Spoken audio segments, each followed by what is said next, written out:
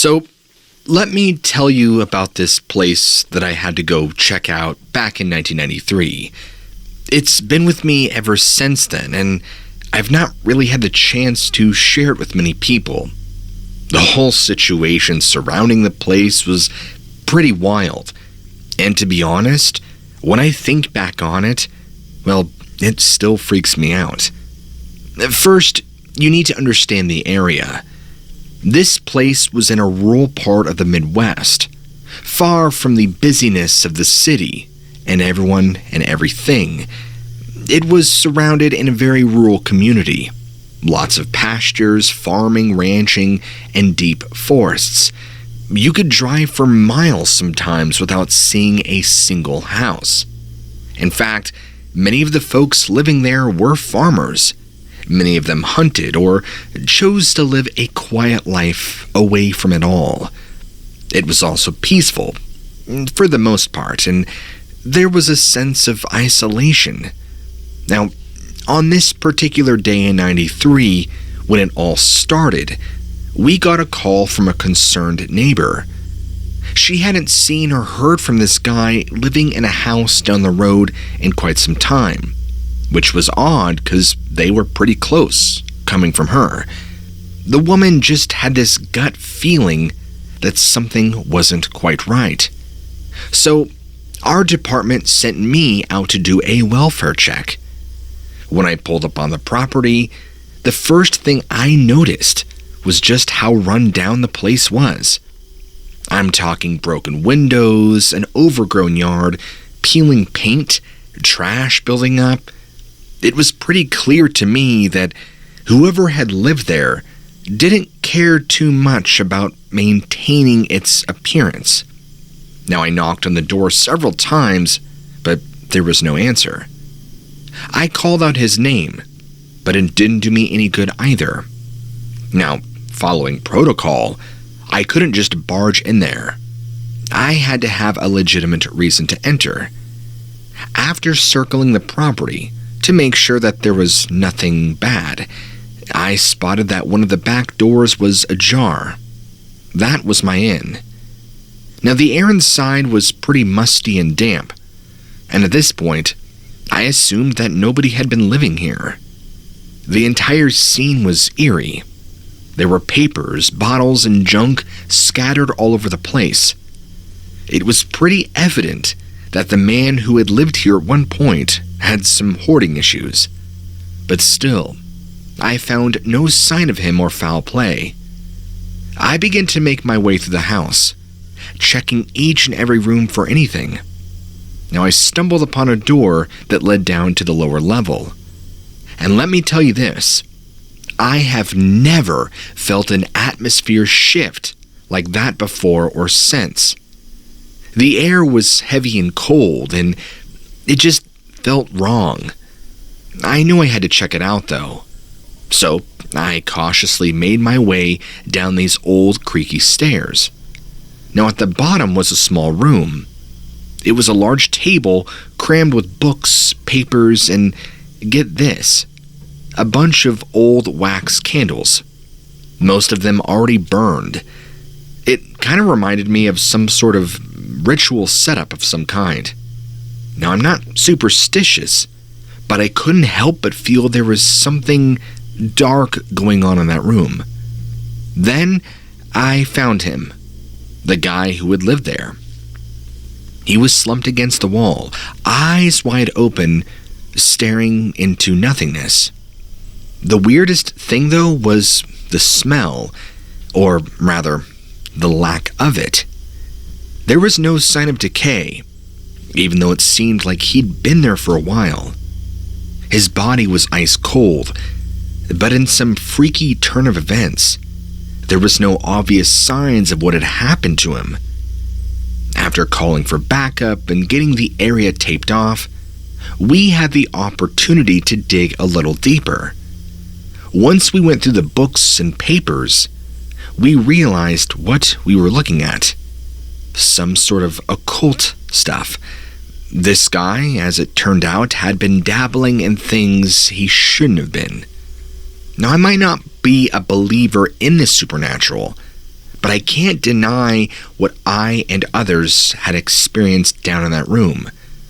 I don't know, there was just this darkness to that whole place, and it felt like it was hanging over me like a shadow.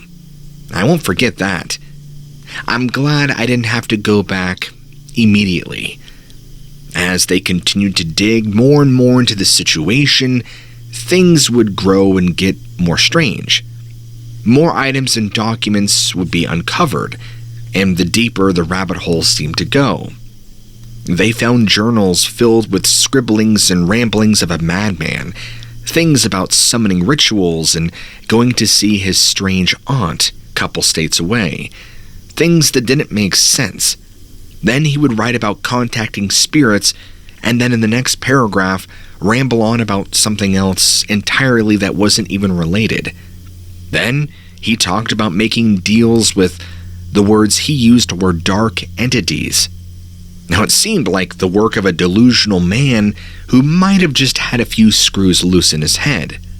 But there was something incredibly eerie about the reality of the situation. It just could not be ignored. The investigation continued, and they would learn from the locals that the man had been somewhat of a loner, except a few neighbors who he had befriended over time. One of them being the elderly sweet woman who initiated a wellness check. Now, this man clearly hardly interacted with anybody. Nobody really knew what he did or why he was so reclusive. But the stories began pouring in more and more as people on the force began interviewing locals and people around this man's house. They would share things about him that were eerie, like seeing him nearly come out of his house naked. Not fully, but just doing strange things. In fact, one of the neighbors was driving by and reported him with blood all over his mouth and hands. It was never reported, though. Just strange things like that. Another neighbor, who lived near him, would report these bizarre late-night noises. Apparently, there were, to her understanding, strange rituals in the woods, and an overall feeling of unease who had been consistently reported by those who had lived nearby. Still, despite the growing sense of oddity around this man, the investigation didn't seem to yield a concrete reason for his sudden demise. Nobody disliked him, so there was really no evidence of foul play or poisoning. People thought he was weird, but that's about it. Autopsy results were inconclusive. Apparently, he had this strange black tar-like substance in his body and on his skin. It wasn't heroin. We don't know what it was. This made it even stranger. There were no obvious signs of trauma, poisoning, or illness of any kind. Now, the neighbors couldn't shake the idea that, just maybe, this man had been dabbling in things he shouldn't have, and perhaps this was the reason behind his death. Even though that was speculated, they couldn't prove it. Everyone felt a peculiar energy that was just sitting there in the area, like a thick cloud that you couldn't quite see through. Now, within months' time, the investigation wrapped up because there was a lack of leads and things to look into. A year or so later, the house was eventually sold off by whoever was left to claim his belongings. But the story of what happened in that house did not end with the transfer of ownership. In fact, new homeowners reported strange occurrences and feelings of bad things from the moment they moved in. Trust me, I know. I was on several of those calls. Now, about 4 months after the new owners moved in, they were digging around out back, setting up fence posts. They apparently uncovered something. When uncovered, it was an old barrel that had been buried in the past 10 years at that point, filled almost to the brim with mummified heads of Jane Does. Needless to say, that discovery kicked off an entirely new investigation. Forensics and a team of detectives were sent to the property, and everyone was trying to find answers to the gruesome sight. Every new lead seemed to point back to the man who had lived there before. The question on everyone's mind: who were these women, and why were their heads buried in that barrel? As they dug deeper, investigators found evidence of more rituals and dark practices performed by this man. He had apparently dabbled in even darker arts than they had initially thought. Darker arts like human sacrifice. Some of the new information suggested connections to things like necromancy and, occultism. Stuff straight out of a horror movie. With each new lead, bizarre events surrounding this house became more and more unfathomable, even after the whole mummified heads thing, which turned out to be victims of several killers who had sporadically operated in this region over several years. The house continued to be a source of chilling stories and strange occurrences. These new owners eventually decided it was too much for them, they couldn't take it anymore, and not even living there, I don't think 9 months, they left the house, abandoned once again. Tales about the creepy old house in the woods spread quite a ways, and now people had claimed to go around that property and see things like strange apparitions, unexplained noises, and even experience overwhelming feelings of dread and despair. It seemed like nobody really wanted to deal with that property.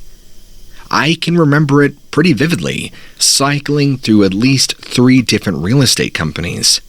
Nobody would bite it. It also remained abandoned for quite some time. Everything around it just seemed to reek of death, decay, and rot. And soon after those new owners moved out, much of the neighbors surrounding it moved as well because of some strange, what some described, paranormal-like occurrences began happening. I'll share some of those with you. One family who lived down the road claimed that their daughter would often wake up in the middle of the night, screaming about a man standing at the end of her bed. The man, according to the young girl, matched the description of the late mysterious owner of the creepy house. All in a black robe, black eyes, threatening to harm her. When she'd wake up, he would vanish. But when she was asleep, he would creep at the end of her bed.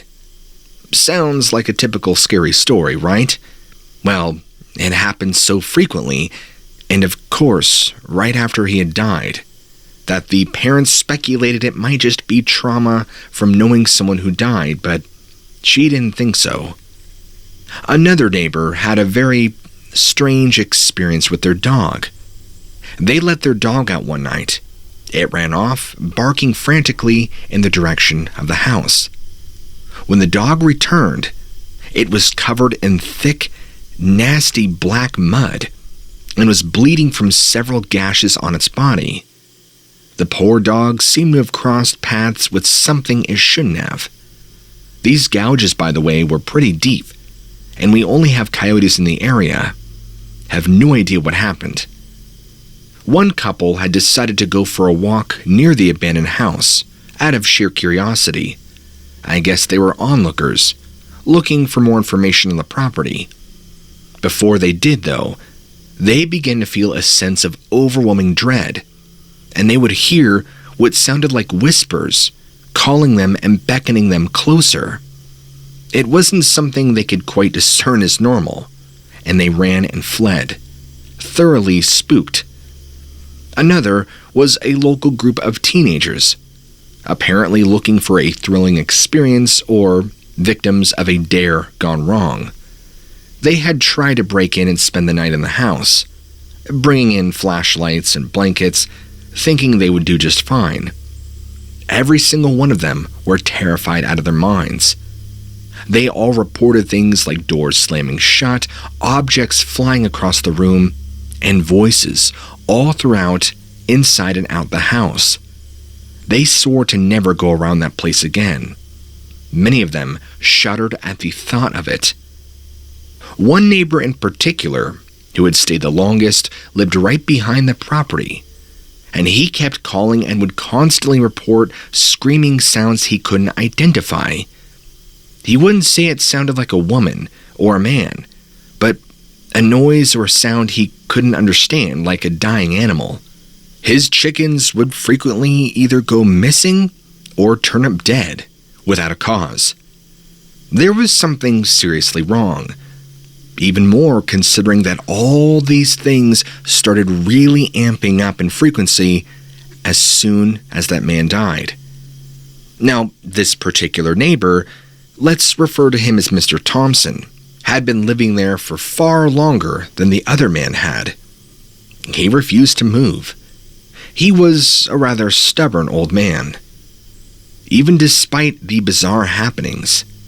But after some time, he could not ignore how things were becoming increasingly stranger and dangerous. One of the most persistent rumors circulating among the remaining locals was that this mysterious man who had lived in the abandoned house had once, at some point or another, dug a makeshift tunnel underneath the property. Now, it was said that the entrance to the tunnel was hidden somewhere within the house, and that inside it lay a chamber filled with human remains.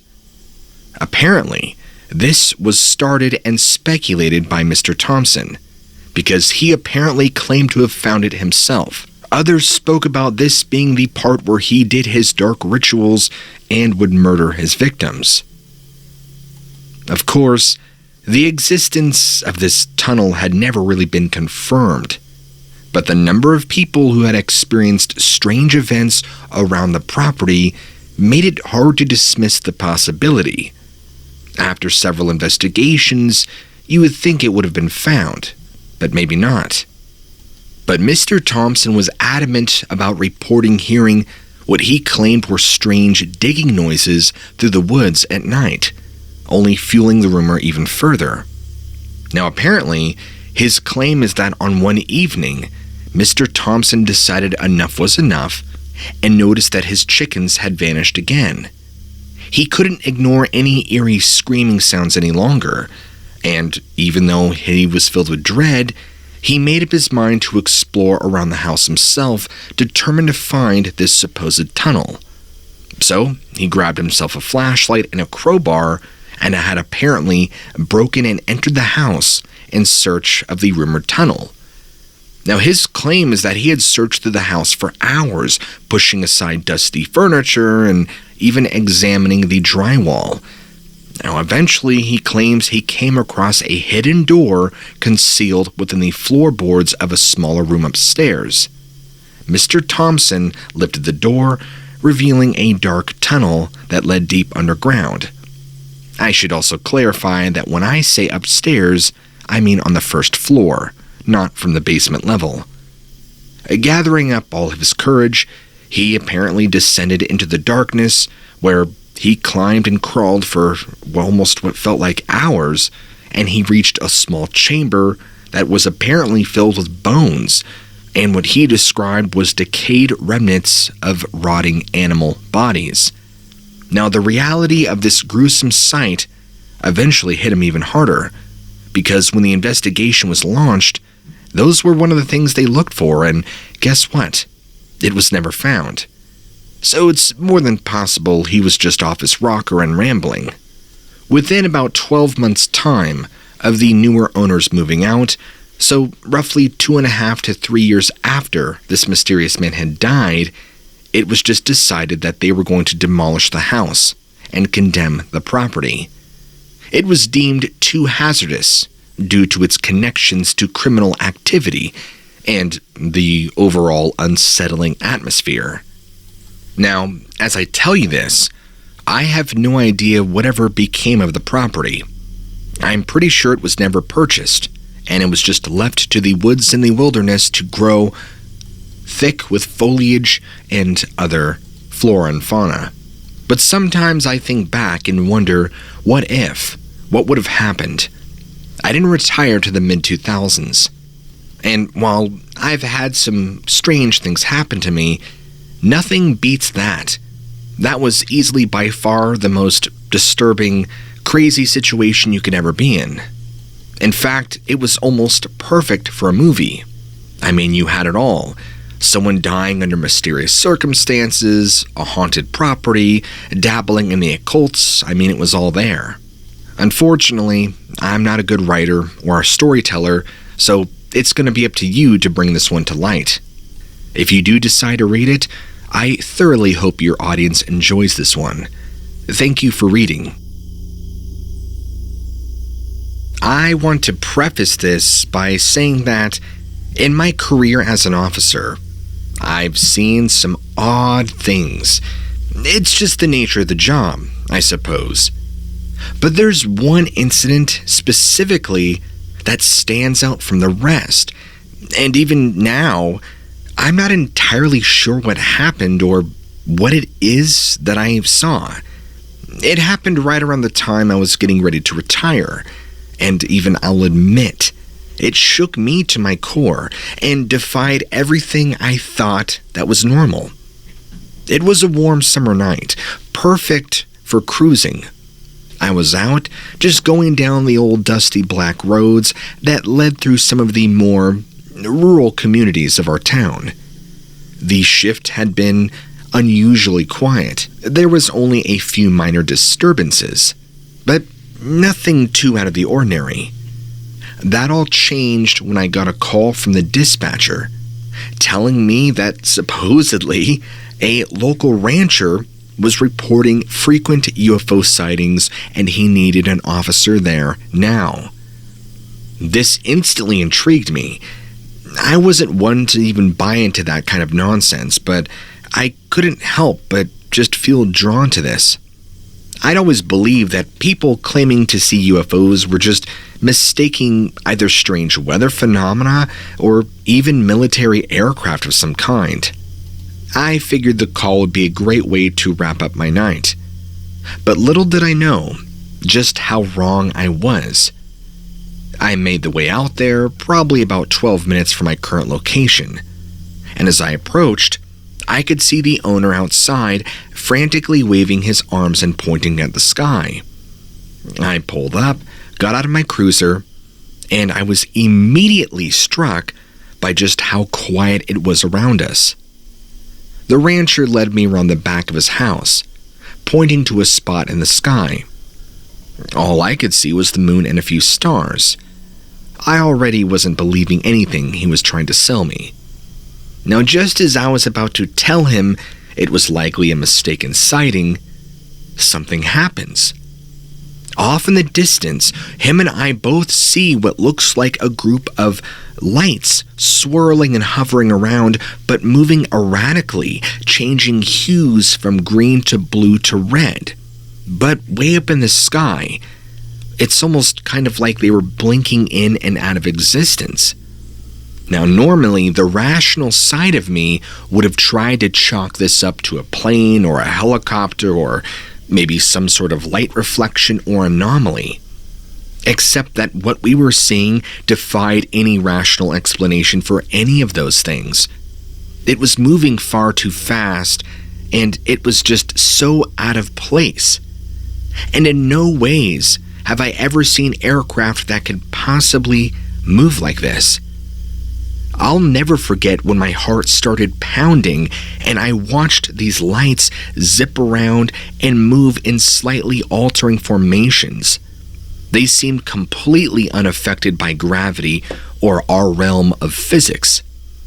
As if things couldn't get stranger from there, the objects suddenly, while keeping their momentum and color changing, began to move in our direction and fast. The rancher began screaming, took off running behind a nearby tractor, grabbing his rifle, watching intently. I was rooted to the spot, unsure of what was about to happen.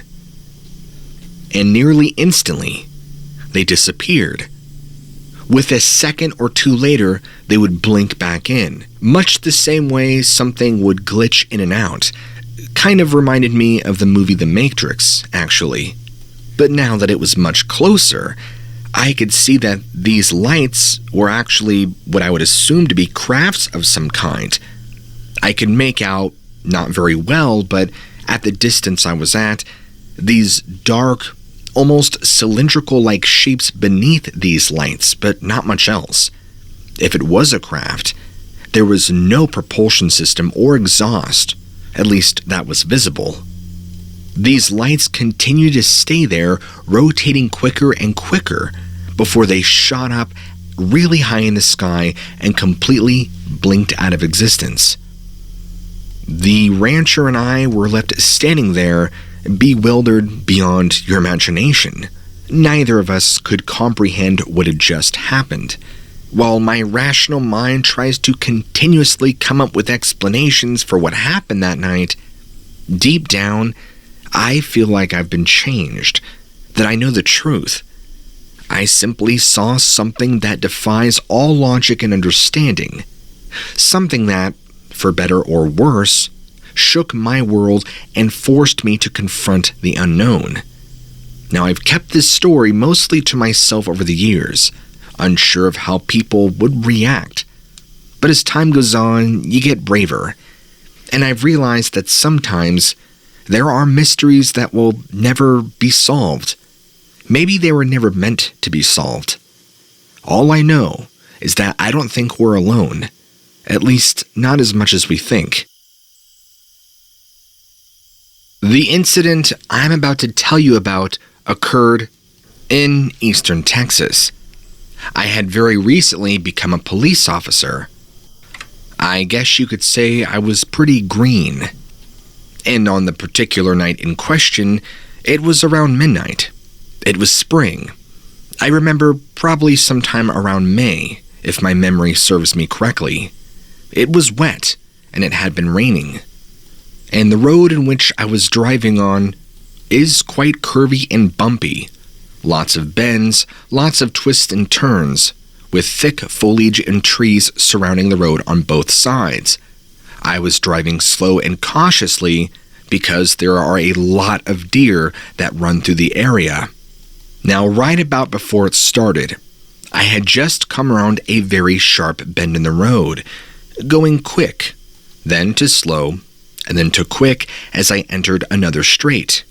Right as I started to speed back up, a large buck came barreling across the road in front of me, causing me to slam on my brakes. And not even 2 seconds later, the strangest thing I've ever seen happens. This entity, or what I would call an entity, comes barreling out right after it, stopping right at the start of the road, just looking dumbfounded, as if I was there. I wasn't sure if what I was looking at was human. In fact, I don't think it was. It had a very grotesque-looking face. Large black eyes that were oval, sitting on a very flat, sunken-in face. Its features of its body were very exaggerated. It seemed very sickly, overly slender with patches or what I would describe as bloody scabs all over its body. Think like mange, but not quite. Its arms were extremely exaggerated, hanging down to nearly its feet. Its legs were shorter. After maybe no more than a few seconds, it did this sort of crouch position, and then leapt up into the air. And after that, I didn't see where it went. I wouldn't waste any more time looking for it. I sped off quickly, getting out of there because I had no idea what it was I was dealing with here, and I didn't know if it was dangerous or could hurt me. I don't think I'll ever forget that one particular night shift. Even though I've retired now, it's been years since I was on the force. It's just one of those memories that can't be shaken off, no matter how hard you try.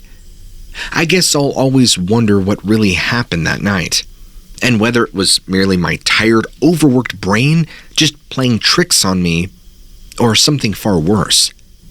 It was around 3 in the morning. I'd been patrolling the streets of a small, rural town known for being a quiet and peaceful place. The kind of town where everyone knows everybody. The population is under 5,000, And the worst crime you'd expect would be a drunken bar fight or some kids vandalizing a park bench. Believe me, I did a lot of those nights. That's what drew me to it in the first place. The simplicity. The lack of the urban chaos I was used to dealing with daily in a larger city. Now, I hadn't seen another soul, for probably a good hour at this point, save for the odd raccoon digging through a trash can. I would have called it a dull night if I wasn't so bleary-eyed and in desperate need of some sleep.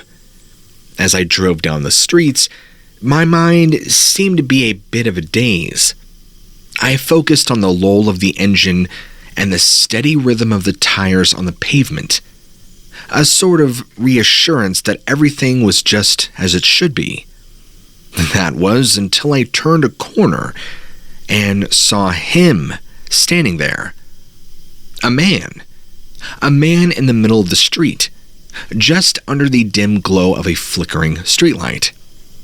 Instantly, I noticed he was abnormally tall and very lanky, but not so much so that it was entirely out of place, even though his limbs seemingly elongated to unnatural proportions.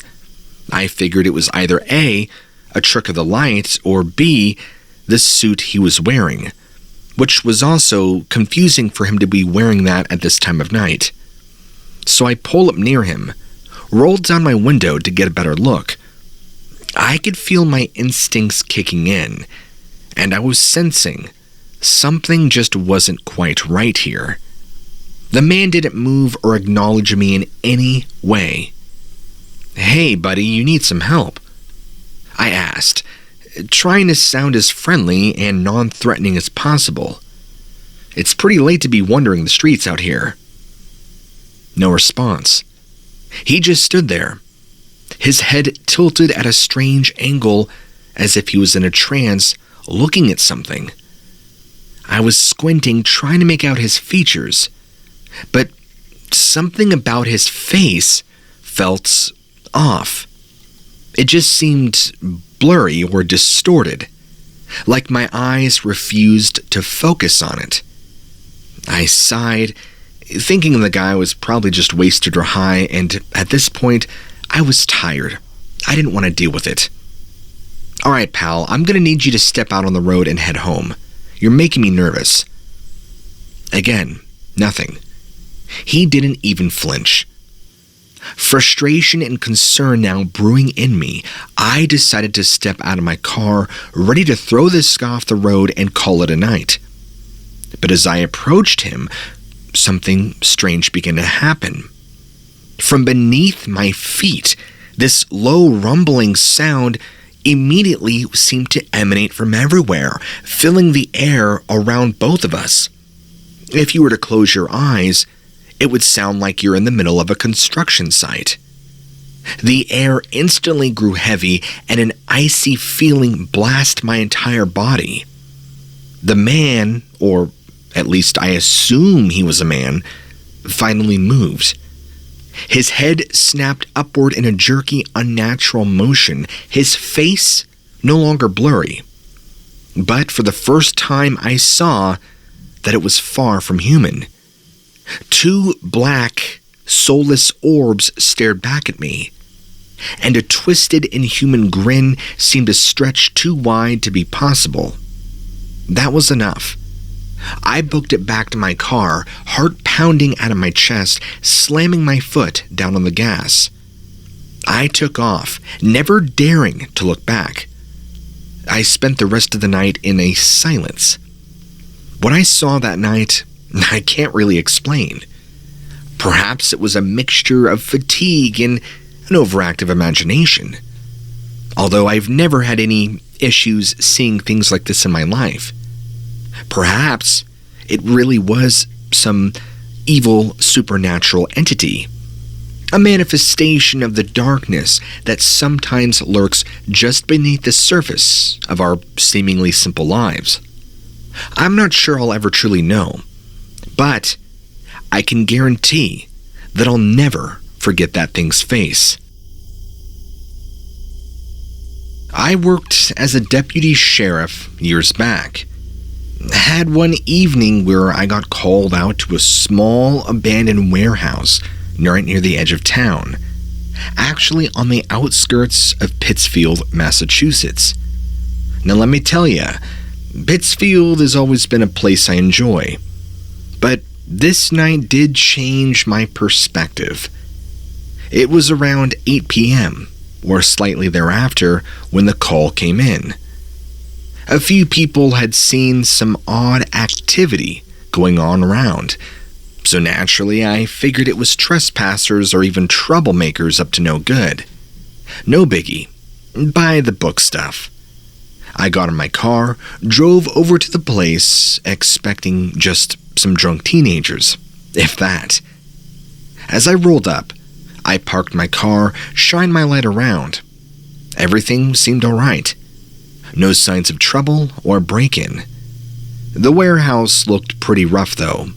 Run down, weathered, boarded up windows, you know, the whole shebang. I walked around the back and found a busted open door to the warehouse. I decided to check it out. So I stepped in and I call out, just in case there's someone there. The problem is, the moment I start talking, everything just feels off. Long story short, I ain't a superstitious guy, but just being inside this joint was making my skin crawl. I kept going, trying to play it off as my imagination just getting the best of me. I made my way through the warehouse, or at least part of it, past some of the broken down machinery and piles of garbage. That's when the cold dread really started to settle in. Deep down inside, I just had this feeling that I wasn't alone. I just couldn't prove it. It was far too quiet. My flashlight barely cut through the darkness. Folks have a keen sense when something isn't right. And at that moment, it was like every other fiber of my being was screaming at me to turn back. But I had a job to do, so I pressed on, trying to make sense of the uneasy sensation inside my gut. I moved further into the dark, and the air became more rigid, colder. The silence also grew heavier. This is when I stumbled upon what I would consider a makeshift altar of sorts, made from twisted metal and rusted machinery. There were animal bones around it, and, well, some stuff I don't feel comfortable mentioning. Suffice to say, it was wicked. That's when I decided enough was enough. I got out of there as fast as I possibly could. When I got to my vehicle, I did my best to let my heart get back to a normal rate. And I made a super vague incident report. I never ended up mentioning what happened that night to anyone else in my department. Also, I sure as hell never dared venture near that thing again. Now, if I look back, I can't say for certain what the heck was happening there. But I say this with all sincerity. Please, trust your gut instinct. Steer clear of anything that makes your hairs stand on end. And don't go poking around in places you don't belong, because clearly that night, I didn't belong. You want a weird story? I'll give you one. Fresh-faced rookie cop, barely 3 years out of the academy, and I was already knee-deep in some really wild, weird stuff. I mean, it's one thing to learn about all the law enforcement stuff, but it's a whole other ballgame when you're out on the streets in the thick of it. But let me tell you about this one call I got in '99. It honestly freaked me out for a long time afterwards. Even now, just thinking back on it, it creeps me out. It was a pretty typical night shift. Lots of drunk folk that night, I do remember that. And there was a pretty bad domestic dispute. The usual stuff, though. Sometime in the early morning hours, we kept getting a call from an elderly woman claiming there was someone in her attic. At first, we thought it was probably just her imagination, or maybe she was hearing things, but the dispatcher said she sounded genuinely scared, and so we decided to check it out. My partner and I arrived at her home. She answered the door almost immediately, and she was pretty panicked. She must have been in her late 60s at least. Told us that she'd kept hearing strange noises coming from her attic for about a week now, give or take. But she didn't really suspect much of it until this evening. She was positive that someone was up there. She was far too frightened to open the attic door and see for herself. Now honestly, she seemed sweet and all, but I think she was just hearing things. I was very skeptical, but I knew it was my job to help, so I told her we'd have a look. We climbed up into this dusty, dimly lit attic, and I'm half expecting to just find the usual stuff, maybe old boxes or possibly rusty old heirlooms, maybe a rat. But instead, my flashlight beam catches a shady corner where very clearly a pair of legs are sticking out from behind a bunch of old crates. Needless to say, we were both dumbfounded. We hurriedly cleared away the boxes, and there's this guy, a skinny, scruffy-looking dude just lying there with a creepy grin plastered across his face. Looks like he'd been living there for a while. My partner and I were shocked. I mean, who does this? But it wasn't just the fact that this guy was living in this old lady's attic that had got me.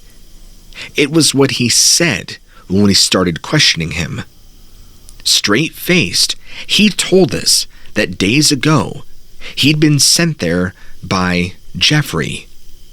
When we asked him who Jeffrey was, he told us that apparently he had been playing with a Ouija board and had come into contact with an entity whom referred to itself as Jeffrey. He went on to say that apparently Jeffrey told him that he needed to come into this specific woman's house and live in her attic to protect her from otherworldly forces. Of course, I rolled my eyes at first, thinking it was just some insane ramblings, but he kept going on and on and on. And apparently he even went on to talk about some things he had learned that this entity had taught him. Supposed secrets of the universe. I'm not usually one for ghost stories, but this guy's conviction shook me to my core. He spoke very clearly, confidently, and matter-of-factly. It was like he genuinely believed himself. We ended up taking him in. Now, it turned out he was actually an escaped patient that had been missing for months on end. It did kind of calm me down a bit, but then again, he seemed very sure of himself.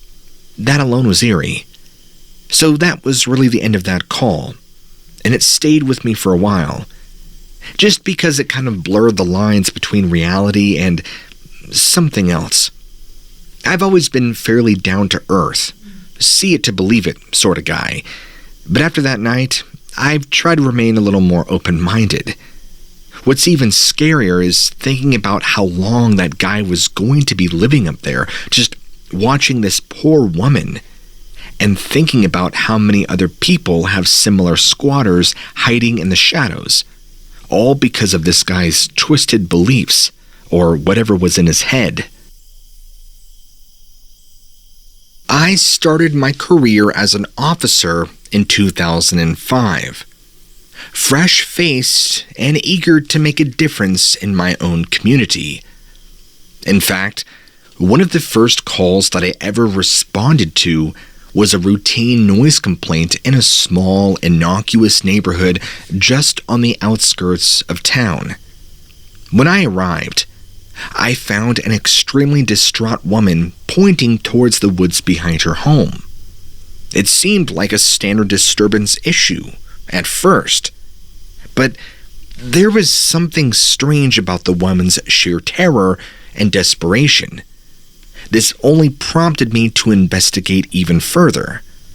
Now, as I cautiously ventured into the wooded area, I didn't notice anything off at first, until I got about 100 yards in. I noticed that the usual sounds of nature were completely absent at this point. There was this kind of stillness that was eerie. It's almost as if the trees around me were holding their very breath, waiting for something terrible to unfold. I couldn't shake the growing feeling of unease as I continued to make my way deeper and deeper into the woods. My path eventually led me to a dilapidated old cabin. It looked as if squatters had been in and out of here very, very often. This was hidden amongst the dense foliage. It looked as though it hadn't been actually properly touched on for quite some time, as if this was some old homestead at one point. But the wood now was seemingly rotting away. Despite this state of severe disrepair, it did have this strange sense of allure to it, almost enticing me to explore more. I approached, thinking that this poor woman is probably being harassed by somebody staying back here. My body, though, resisted every step that I tried to take towards the entrance. It felt like this invisible force was just pushing me away, warning me not to go further. I ignored the alarm bells going off in my head and managed to force my way across the threshold, where I was immediately confronted by a chaotic scene. The cabin appeared to have been abandoned in a hurry, with junk and garbage everywhere. But what really caught my attention was a peculiar and strange wooden idol in the corner. A swirling mass of twigs and vines and moss seemed familiar, yet alien, as if I had seen it before in some forgotten nightmare. As soon as I locked eyes with the strange object, a throbbing headache and overwhelming anxiety washed over me. The silence around me was shattered by the sound of someone moving around me nearby. They sounded very large and very heavy. Suddenly, I was instantly made aware of the danger that I was in. So I stumbled out, my mind racing in a blind panic. And to my horror, it was now nighttime outside. I had only been in the cabin for a few moments, but it was as if time itself had now betrayed me. When I had entered back here, it was only in the evening time. I sprinted back towards the woman's house, fueled by a primal urge to escape whatever I was in.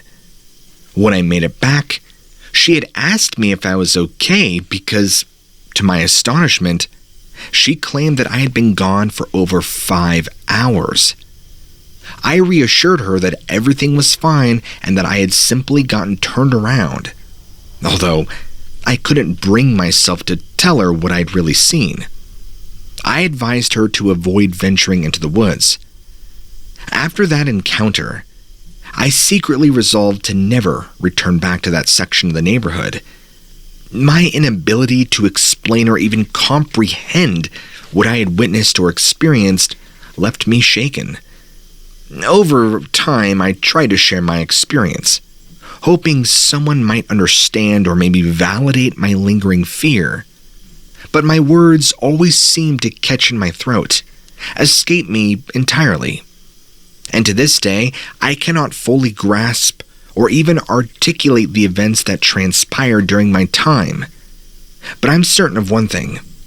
There's definitely something off about that small little cabin, and whoever was around there.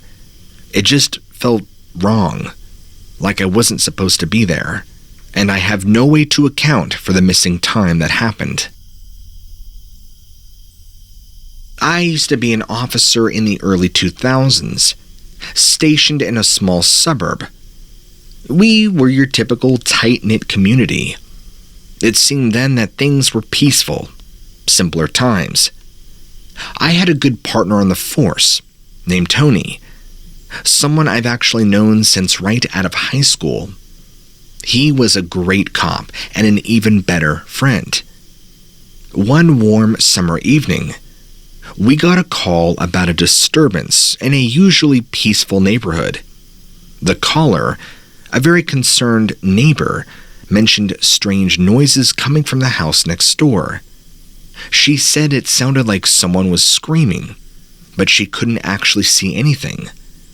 We decided to check it out, figuring it might have just been a domestic dispute.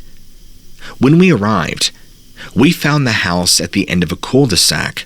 All the lights were off, and as we approached, Tony knocked on the door while I covered him in case things decided to go south.